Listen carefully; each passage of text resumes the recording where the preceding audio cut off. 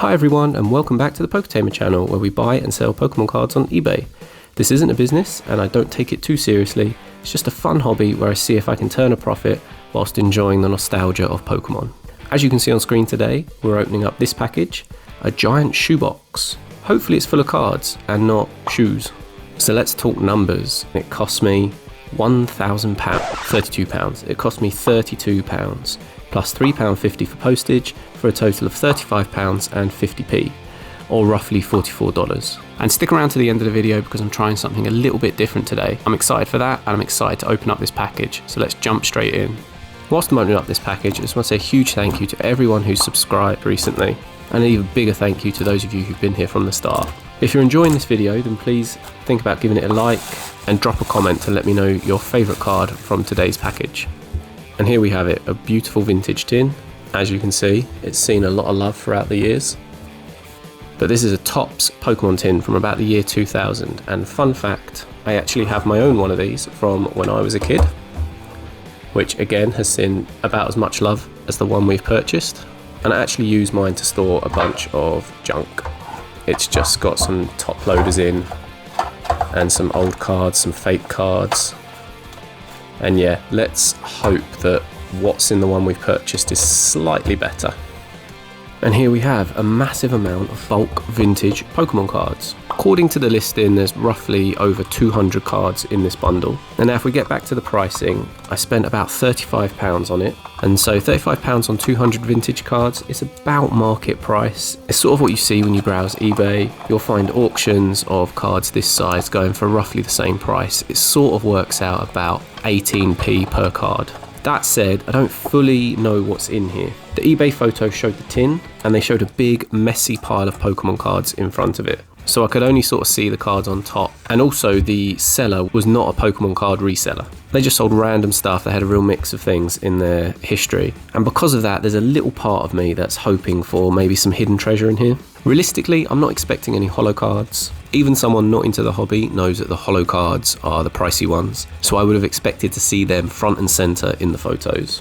But maybe, and just maybe, I'm hoping for some first edition or some shadowless. That's the main goal here, because they can be easily missed by the untrained eye. Honestly, if this is just a bundle full of commons and uncommons, there's still the potential for profit here. I'm just praying for please no fake cards, and I hope the condition isn't completely awful.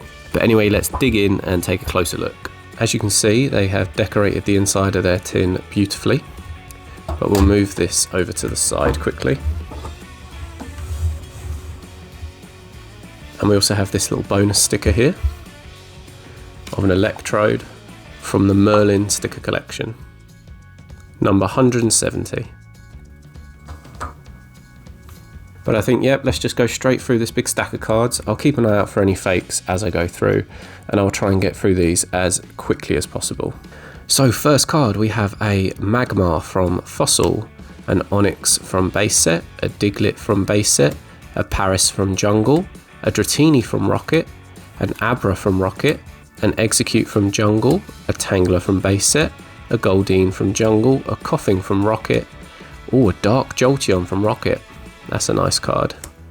Staryu from base set, Shelder from Fossil, a Jinx from base set, Haunter from base set, Starmie from base set, Drowsy from base set, an Eevee from Rocket, a Caterpie from base set, a Dark Primate from Rocket, a Machop from base set, a Goldeen from Jungle, a Rhyhorn from Jungle, a Meowth from Jungle, a Nidoran from Jungle, a Venomoth from Jungle, a Wartortle from base set 2, a Ponyta from base set, a Charmander from Team Rocket, a Slowpoke from Team Rocket, an Omastar from Fossil, a Grimer from Team Rocket, a Nidoran from Jungle, an Arcanine from base set, a Dratini from Rocket, a Psychic Energy, another Psychic Energy, a Beedrill from base set, Psychic Energy, a Machop from base set, a Pikachu from Jungle, a Charmander from base set, a Computer Search from base set, a Sleep from Team Rocket, a Maintenance from base set 2, an Energy Search from Fossil, a Machoke from base set, a Nidorino from base set, a Mankey from Jungle, a Dratini from base set, Psychic Energy, Psychic Energy, another Psychic Energy, a Cubone from Jungle, a Venonat from Jungle, a Geodude from Fossil, a Pokeball from Jungle, and the Boss's Way from Team Rocket. That's the first little stack complete. On to the next one. We have a Golduck from Fossil, we have a Fighting Energy, we have an Energy Removal from base set, we have a Spearow from Jungle, we have a Butterfree from Jungle, we have an Ekans from Fossil, a Bellsprout from Jungle, another Fighting Energy, a Squirtle from Team Rocket, a Caterpie from base set, a Weedle from base set, a Rhydon from Jungle, an Oddish from Jungle, a Nidoran from base set, a Goldeen from Jungle, a Dratini from base set 2. The original Pikachu from base set, it's a shame it's not on Red Cheeks. Tangela from base set, Squirtle from base set, an Energy Removal from base set, a Machoke from base set, a Spearow from Jungle, a Professor Oak from base set, a Marowak from Jungle, a Ponyta from base set, a Cubone from Jungle, a Rhyhorn from Jungle, an Energy Retrieval from base set, a Mankey from Team Rocket, a Kadabra from base set, a Revive from base set, a Plus Power from base set, a Jigglypuff from Jungle, a Dodrio from Jungle, a Doduo from base set, another Dark Primate, or Magikarp from Team Rocket, Abra from base set, Ghastly from base set, Tangela has seen better days on the front from base set, Onix from base set, Venonat from Jungle, Gloom from Jungle, Oddish from Team Rocket, Persian from Jungle, Eevee from Jungle, a Grass Energy, a Vaporeon from Jungle, another Grass Energy, a Trainer from base set, a Diglett from Team Rocket, a Golbat from Fossil, an Abra from base set, a Rattata from base set, a Pidgey from base set, a Jigglypuff from Jungle, a Drowsy from Team Rocket, an Energy Removal from base set, another Grass Energy, Energy Removal from base set, a Magnemite from base set, a Dugong from base set, a Gloom from Jungle, a Primate from Jungle, a Poliwhirl from base set, a Bellsprout from Jungle, and a Wartortle from base set. Not the Error Wartortle. On to the next bundle here. We have a Water Energy, a Nidorino from base set, a Weeping Bell from Jungle, a Victory Bell from Jungle, a Magmar from base set, a Charmander from base set, a Vulpix from base set, a Drowsy from base set, an Execute from Jungle, an Oddish from Jungle, a Seeking from Jungle, Kingler from Fossil, Psyduck from Fossil, Metapod from base set, Parasect from Jungle, Slowpoke from Fossil, an Abra from base set 2, a Weedle from base set, a Psyduck from Team Rocket, another Arcanine from base set, Kakuna from base set, an Omanyte from Fossil, a Bulbasaur from base set, a Voltorb from base set, a Graveler from Fossil, a Zubat from Team Rocket, a Shelder from Fossil, another Grass Energy, Grass Energy, Grass Energy, a Nidoqueen from Jungle, Mankey from Jungle, a Rhyhorn from Jungle, a Gloom from Jungle, a Water Energy, a Lightning Energy, a Lightning Energy, a Fire Energy, a Grass Energy, a Grass Energy, a Machop from Team Rocket, a Lickitung from Jungle, a Cubone from Jungle, a Lass from base set, a Super Potion from base set, a Challenge from Team Rocket, Goop Gas Attack from Team Rocket, an Execute from base set 2, an Ivysaur from base set, a Weeping Bell from Jungle, a Charmeleon from base set, an Oddish from Jungle, Fighting Energy, Fighting Energy, Fighting Energy, Fighting Energy, Fighting Energy, Fighting Energy, a Starmie, which has seen better days from base set, a Farfetch'd from base set, and a Tangela from base set. But as we saw, that has also seen better days. Now here we go, here's the last little batch of cards from this tin.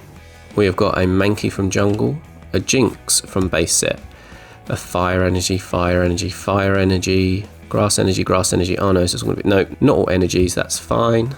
A Fearow from Jungle, a Kabuto from Fossil, a Coughing from Team Rocket, a Ponyta from base set, an Onix from base set, an Oddish from Jungle, a Machoke from base set, a Charmeleon from base set, a Coughing from base set, Machop from base set, Starmie from base set, a Magnemite from Team Rocket, Ekans from Team Rocket, a Staryu from... Ooh, sorry, I got distracted. Staryu from base set. Here we go. First edition Team Rocket Voltorb. That's a great card. Probably, being honest, will put this in my binder as opposed to trying to sell it. No idea what that was on the corner there, but it has come off.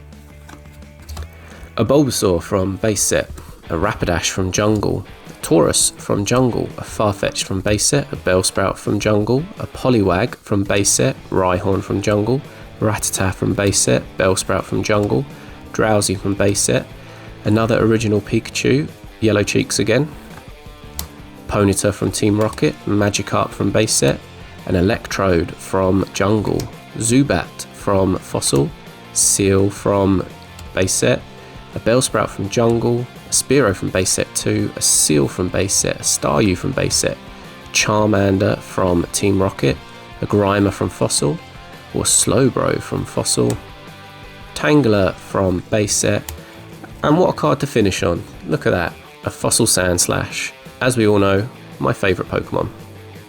So there we have it, we've done pretty well on that I think. I'm going to go through these quickly and organise them, but I think that's a pretty decent purchase to be honest. So whilst I'm sorting through these cards, let's get into why this video is slightly different today. And I apologise in advance because it's going to be a slight rant. So recently, on my YouTube feed, I've been getting a lot of Pokemon investment videos coming up. But I have to be honest, quite a lot of them are irritating me slightly. And when I say irritating slightly, I don't mean I'm like frothing at the mouth trying to headbutt my computer screen. I mean, it's very, very mild irritation. And I'll preface this by saying it's not all investment videos. I really like some of the ones that are out there. And I like the ones that people give information and they give their opinion and they state as their opinion and they say, you know, I could be right, I could be wrong, but this is what I think. Or people that are just sort of letting you know what they're investing in, what they're putting their own money into. All of that's great, I don't mind those videos at all. But it's the ones I've been seeing a lot of recently, which are the really clickbaity ones, where the people are basically just saying, you must buy this product in 2025. Prismatic evolutions will be bigger than Jesus. Shrouded Fable is for small, weak baby men. Invest in 151 or I will find you.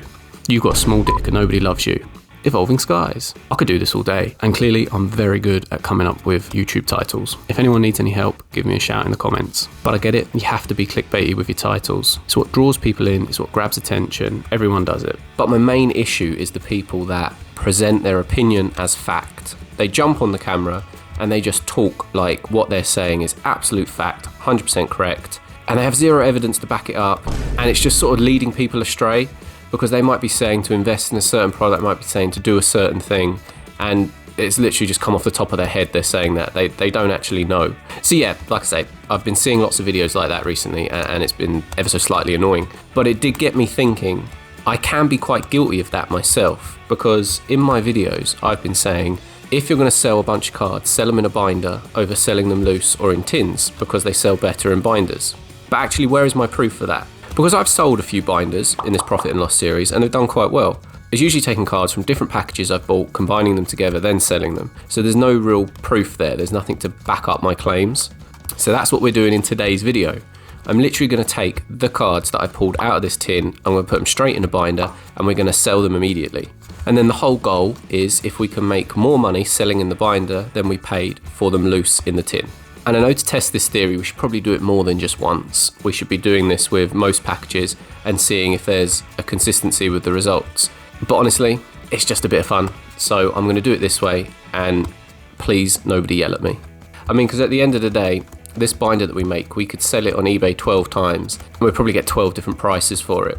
So it's quite hard to tell, you need an average, etc, but I just think it'd be quite interesting to see the results of this. So anyway, let's look at the contents of the tin in more detail. So right, I'm back from having a little sort through.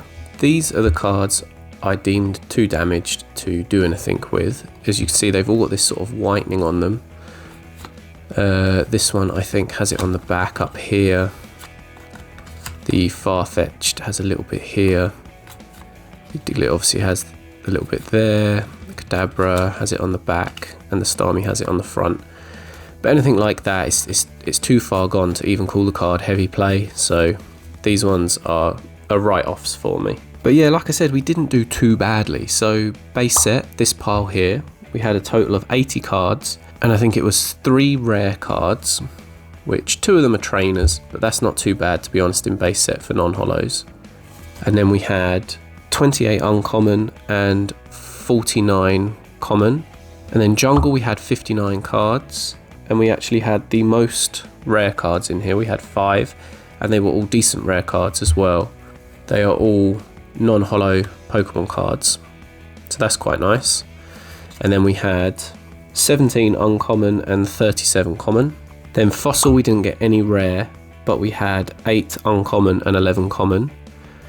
Team Rocket, we got this awesome first edition card for Voltorb, which, like I said, will probably go in my binder. I also need to go through the other Rocket cards and check if I need any of the common and uncommon for my binder. But we got 6 uncommon and 23 common out of that one.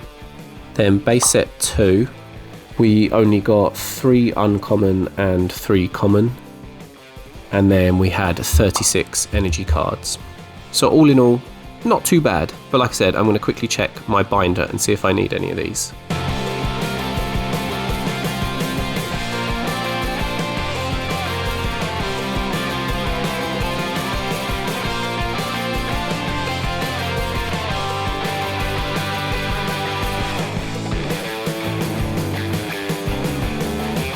So it was nice for us to look through and see, how many base set we got, how many jungle, fossil, Team Rocket, base set 2, etc. But that's not actually how I want to put these in this binder. How I like to do it is I like to put all the rare ones at the front, then the uncommon, then the common, etc. For the binder, I'm using this beautiful Ultra Pro Collector's Album. I actually got this in a previous bundle I filmed where I bought 7 binders. They all needed a lot of cleaning, and that was in the video where I repaired the 1999 binder. I'll put a link in the description for anyone who wants to go back and watch that one. Now, like I say, I bought this with a bundle of 7 other binders. The bundle cost me £13.50. So if we roughly divide that by 7, we get about £2. So we're going to say this binder cost me about £2. It's a bit battered, it's seen better days, but it'll do the job. Any marks you see on here are marks on the actual plastic because I gave this a good clean, so it's not dirty, it's just, very old. Now normally I'd add a couple of vintage holos when I'm doing a binder. I've got a few of them in my inventory which I'll use every now and then to put in a binder, like 1 or 2,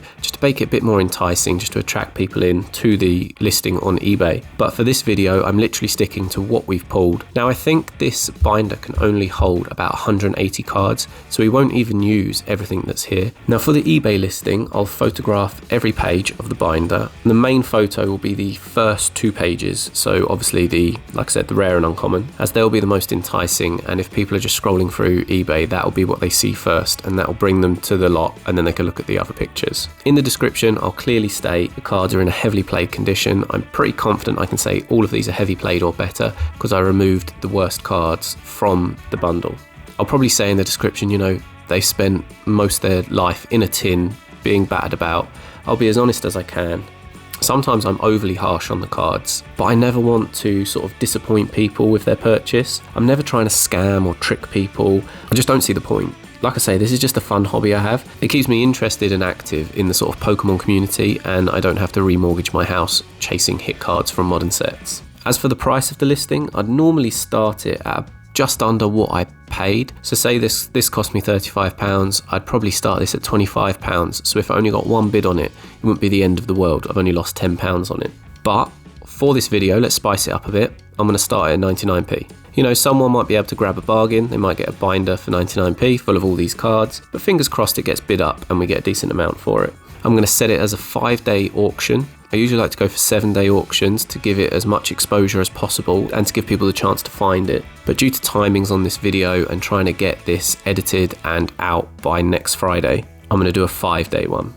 I don't do any reserve prices, no buy it nows, no offers. I just like to let the auction do its thing. But yeah, there we go. We're now all ready to list this for auction. I'll be back once this has sold to either tell you how amazing I am or to come up with a bunch of excuses why this didn't sell for more than what I paid for the tin. And we're back. It's been 5 days and I can officially tell you I am amazing. I'm a fantastic seller. I'm a goddamn genius. I'm an eBay legend. I'm the fucking king of gods.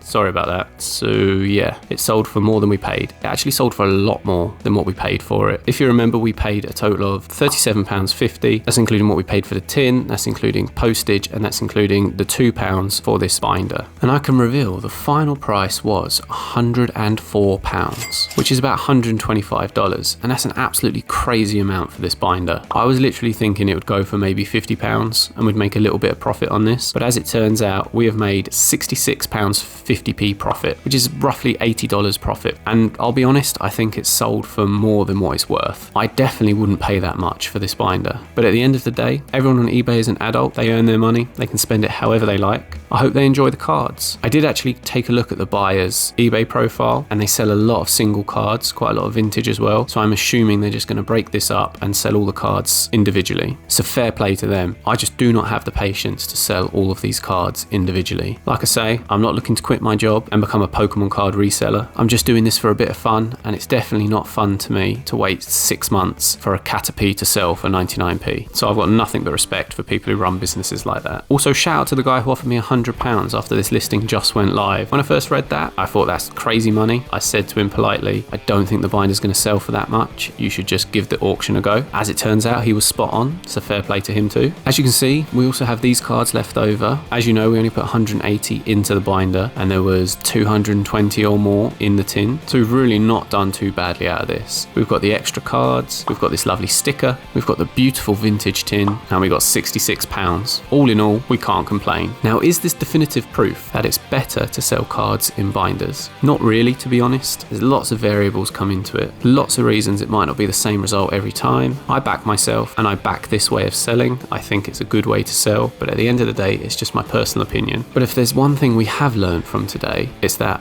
I am the king of gods. Now, if anyone is interested how I pack this up for shipping, binders are super easy. You just wrap it up in bubble wrap a few times, nice and tight so the cards won't slip out, tape up the ends, then you put it in a postage bag, tape that up as well, make it nice and secure, and that's it. With regards to how much I spend on postage materials, I never factor it into the costs, and that's because it's such a tiny amount. You can buy everything on AliExpress in bulk for a few pounds. I think I've got maybe 50 packaging bags for like £2, and all in all I've probably spent less than £5 on all of my packaging costs over the past 6 months. I also try and reuse as much as I can, so any packages I receive, I take the sleeves, the top loaders, the boxes themselves, any other just general packaging materials, I'll try and reuse as much as I can. And that's it for today, guys, so please let me know in the comments what you thought of this video. It's the first time I've gone full circle and bought and sold all in one go. Do you think it worked? And would you be interested in seeing more videos like this? I definitely couldn't do this with every package because it doesn't work for every package, but I'll definitely try and do it more often if there's interest. And it takes a little bit longer to create them, but I don't mind that too much. I just have to be slightly more organised. And if you've made it this far into the video, thank you so much. Please think about subscribing if you haven't already. I've got my next package all ready to open, so keep an eye out for a future video, and I really appreciate the support, guys. See you next time.